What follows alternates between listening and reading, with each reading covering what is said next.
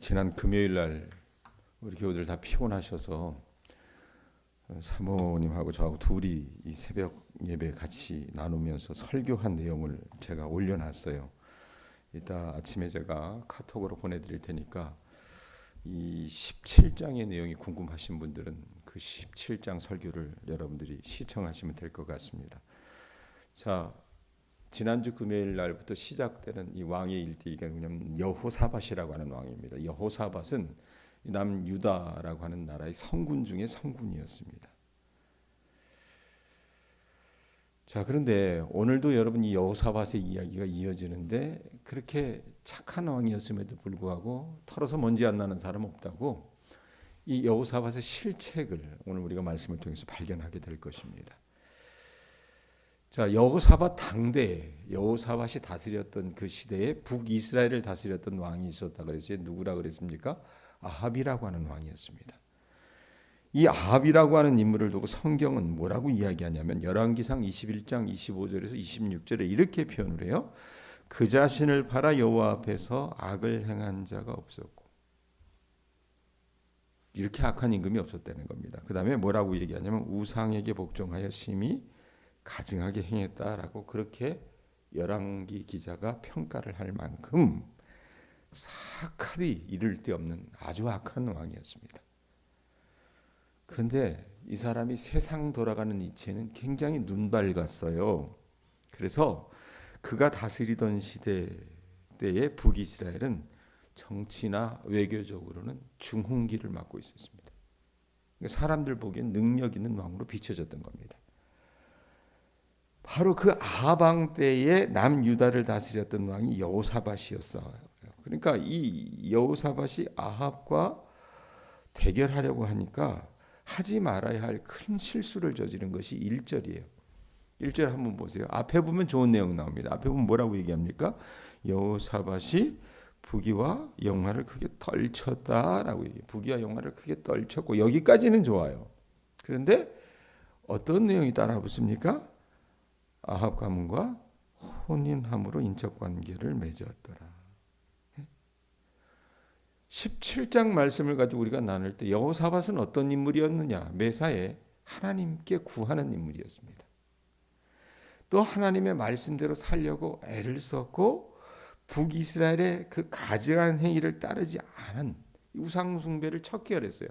그런 결과 하나님께서 1절에 있는 것처럼 부귀와 영광을 크게 하셨어요.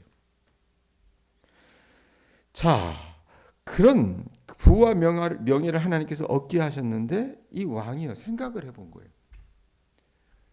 내 나라를 평안케 하려면 어떤 것이 좋을까? 가만히 보니까 아합 가문과 결혼하는 게 좋겠다. 그래서 서로 사돈이 돼요. 우리 속담에 그런 말이 있잖아요. 님도 보고 뽕도 따고 도랑치고 가지 잡고 뭐든 좋은 게 좋은 거 아니겠냐. 서울로만 가면 되지. 이 생각을 했던 거예요. 그래서 그 악한 왕이라도 아합과 우리가 짝한다면 뭐 나쁠 게 있겠느냐. 이게 모든 면에서 유리하다고 생각을 한 행동이었어요. 그런데 이 행동 때문에 나중에 여호사밧이 죽을 위기에 처해요. 자, 어찌됐건 인척 관계를 맺었다 그랬잖아요. 동맹 관계를 맺은 여호사밧이 그의 제 2년이 있고 나서 여호사밧이 이 아합 왕 북이스라엘을 방문해요. 북이스라엘 수도가 사마리아였잖아요. 사마리아 성에 딱 도착을 했는데 아합 왕이 여호사밧 앞에서 많은 양과 소를 잡는 인상적인 어떤 제사 장면을 연출을 시켜요. 근데 그가 그렇게 한 이유가 뭐냐면 이유가 있었어요. 뭐냐면 이 사마리아로부터 북쪽으로 한 95km, 북동쪽으로 95km 정도 가면 요단강 동쪽에 길르앗 라못이라고 하는 옛 북이스라엘의 영토가 있었습니다. 근데 이 영토를 빼앗겼어요. 누구에게? 아람의 군대에게 빼앗겼습니다.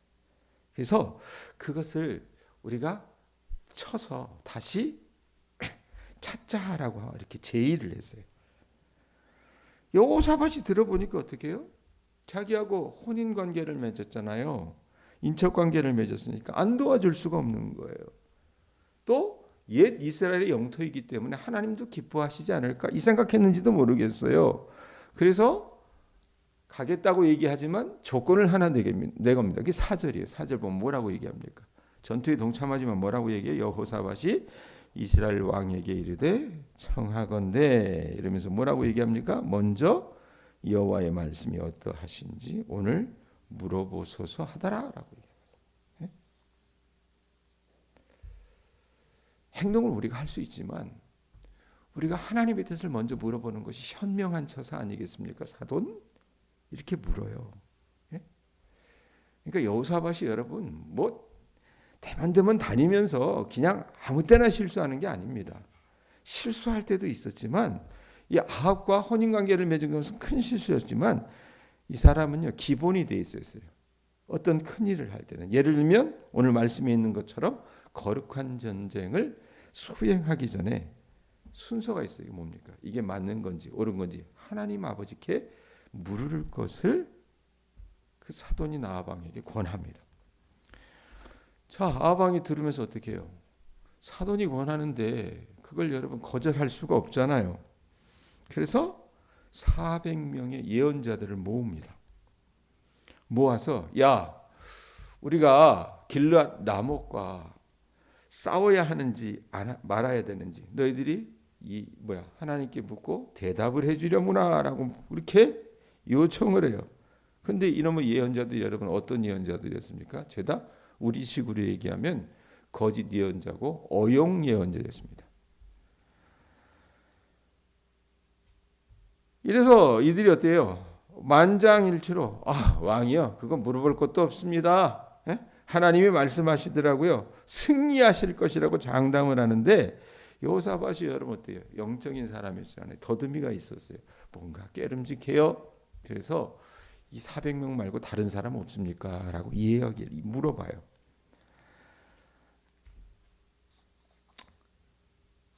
그 아합은요 이 여호사밧의 이야기를 듣고 얼굴이 찡그러져요. 왜냐하면 그 북이스라엘의 선지자 가운데 자기에게 바른 말을 하는 사람이 한 사람 있는데 그 사람이 어떻게 꼭 바른 말을 해서 자기 빈정을 상하게 만드는 인물이 있어요. 이게 누굽니까?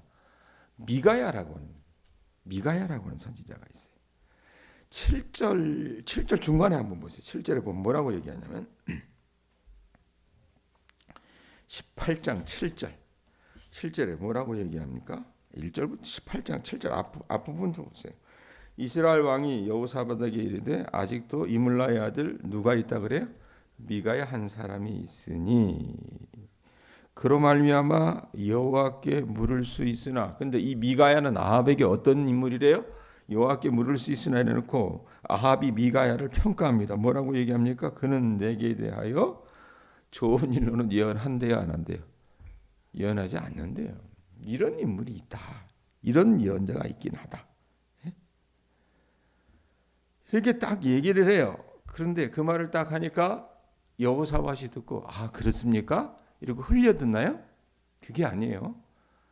자 7절 다시 보세요. 좋은 일로는 예언하지 아니하고 항상 나쁜 일로만 예언하기로 내가 그를 뭐한다 그래요? 미워하나이다. 아합이 그렇게 딱 평가를 하니까 여호사밧이 듣고 앉아있다가 뭐라고 얘기합니까?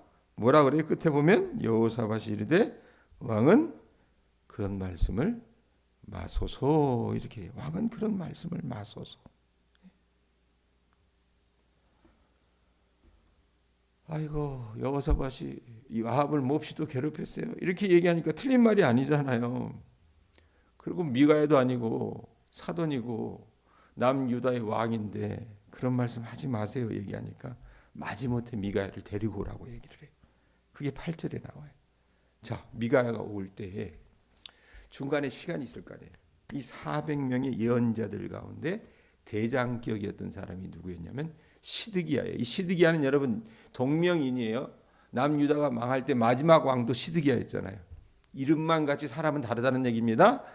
자 오늘 말씀의 시드기야는 거짓 선지자 중에 대장이었는데 이 사람이 어떻게 했냐면 여호사밧과 아합 왕 앞에서 그럴싸한 퍼포먼스를 해요. 아부를 합니다.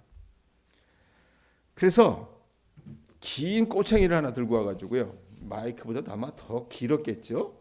긴 꼬챙이를 하나 들고 와가지고 이 아람의 군대가 반드시 이 북이스라엘과 남유다의 연합군 앞에서 패할 것이라는 것을 보여주기 위해서 이 꼬챙이를 딱 보여주면서 하나님께서 이것을 우리에게 예표로 보여주신 것입니다 라고 얘기를 해요. 자, 이 사람들은 분별력이 없잖아요. 그러니까 정말 그런가 보다 이렇게 생각을 하고 있는데, 이런 분위기와 대조되게 이제 미가야가 부름을 받아 오지 않습니까? 왔을 때 걸어오면서 미가야를 부르러 갔던 사자가 미가야에게 얘기를 해요. 그 선지자님, 이제 이번에는 제발 왕의 그 심중을 거스르는 얘기는 좀 하지 마세요. 이렇게 얘기를 하는데 미가야가 그 말을 듣고 뭐라고 얘기합니까? 13절 보세요. 13절에 뭐라고 얘기해요? 미가야가 이르되 여호와께서 살아계심을 두고 맹세하노니. 자, 이 사람 좌우명이 있어요. 신조가 있습니다. 뭐라고 얘기합니까? 내 하나님께서 말씀하시는 것 곧 그것을 내가 말하리라 하고, 왕을 거스르기 위해서 얘기하는 게 아니에요. 선지자는 여러분 어떤 자리에 있는 사람입니까? 하나님께서 말씀하시는 것 곧 그것을 누구에게라도 말할 줄 아는 사람이 선지자였다요. 그게 자기 소명이라는 것을 알았어요. 그래서 왕 앞에 불려 나갑니다. 불려 나가서 처음에는 평소 미가야답지 않게 이 아합과 이 여호사밧 왕 앞에서 이 아합이 듣고 싶어하는 말을 하는 거예요. 왕이 이길 것입니다. 하나님께서 승리를 가져다 주세요. 이렇게 얘기하니까 아합이 들으면서 어때요? 저것이 미쳤나? 왜 저러지? 이러면서 말을 딱 막으면서 야, 너 진실만 말해. 이렇게 재촉을 했어요. 그러니까 미가야가 진실을 이야기하기 시작합니다. 어떤 내용이에요? 온 이스라엘이 목자 없는 양같이 흩어져 있는 환상을 자기가 봤다라고 얘기해요. 16절 보세요. 16절 그가 이르되 내가 보니 온 이스라엘이 뭐같이 목자 없는 양같이 산에 흩어졌는데 여호와의 말씀이 이무리가 뭐가 없대요? 주인이 없으니 각각 평안히 자기들의 집으로 돌아갈 것이니라 하셨나이다 하는지라. 전쟁에 나가서 패배할 것일 뿐만 아니라 어때요? 그들의 목자 역할을 했고 그들의 주인 역할을 했던 이 아합 왕이 죽게 될 것이라고 얘기를 합니다.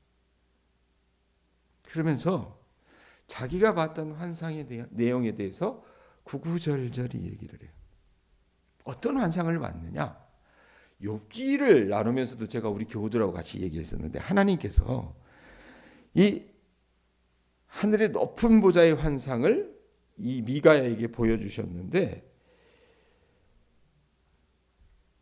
이 미가야는 하나님께서 사악한 우상 숭배자 아합의 몰락을 가져올 것이라고 하는 그 예언을 그 하나님께서 말씀하시는 걸로 이해를 해요. 그래서 천상회의 장면에서 하나님이 뭐라고 얘기하시냐면, 여기저기서 하나님께서 부리는 사자들이 있을 거 아니에요. 영들이 있을 거 아니에요.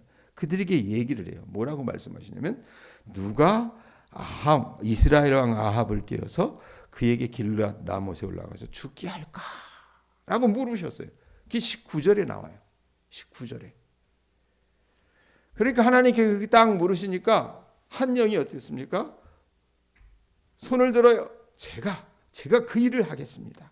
제가 그를 꿰겠습니다. 라고 대답을 하는 거예요. 20절에. 그래서 그 영은 어떻게 하냐면 그 400명의 예언자들이 어떻게 해요? 왕이 듣고 싶은 얘기만 했잖아요. 그 400명의 예언자들의 입에서 속이는 영이 되게 할 것이고 그렇게 왕을 속이겠습니다. 라고 얘기를 해요. 하나님이 들으시면서 뭐라고 얘기하십니까? 그래, 너 좋을 대로 해라. 나가서 그렇게 하라라고 말씀을 하세요. 말씀을 해주신다 그 말입니다. 자, 그렇게 미가야가 아합에게 닥칠 재앙을 얘기를 하니까 듣는 아합이 기분이 좋겠어요? 기분이 안 좋죠. 얼굴을 찡그렸던 모양이에요. 자, 그랬을 때 시드기야라고 하는 인물이 이 미가야가 오기 전에 긴 창을 가지고 하나님께서 당신과 함께 하셔서 저 길르앗 라못을 패배시킬 겁니다라고 했던 그 거짓 선지자 시드기야가 어떻게 해요? 이것이 감히 어디 왕 앞에서 이런 경망된 행동을 해? 이래가지고 미가의 뺨을 후려쳐요. 예? 여러분, 이 시드기야 같은 인물들은 만화의 역사 속에 보면 그걸로 밥 먹고 사는 사람들이니까 그럴 수 있다 칩시다. 안타까운 것은 뭐냐면 아방이요, 당신 죽을 겁니다 라고 하는 그 바른 말을 하는 미가야의 얘기를 듣고도, 예언을 듣고도 아합이 여러분 버리는 어떤 대하는 태도가 여러분 우리 눈에 좀 익었으면 좋겠어요. 26절 보세요. 어떻게 합니까? 26절 보면 자기가 죽을 거라고 얘기했어요. 미가야가 분명히 뭐라고 얘기합니까? 왕이 이같이 말하기를 이놈을 어디에 가두래요? 옥에 가두고 내가 평안히 돌아올 때까지, 자기가 돌아올 때까지 평안히 돌아올 줄 알았는가 봐요. 그러면서 뭐라고 얘기합니까? 고난의 떡과 고난의 물을 먹게 하라 하셨나이다. 자기가 이 시드기야, 거짓 선지자 시드기야가 예언한 대로 무사히 돌아올 수 있다면, 무사히 돌아올 수 있을 때까지 이 미가야에게 고난의 떡과 고난의 물을 마시게 하라 그랬단 말이에요.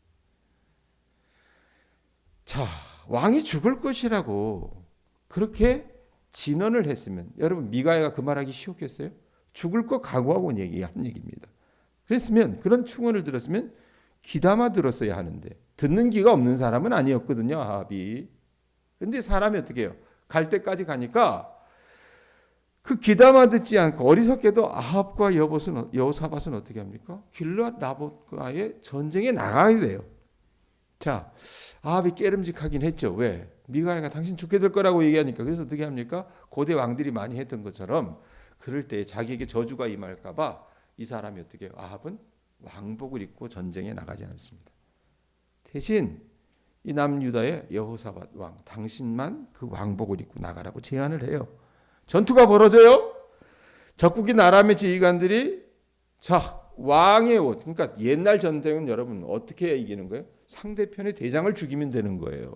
왕을 죽이면 되는 거라 그 말입니다.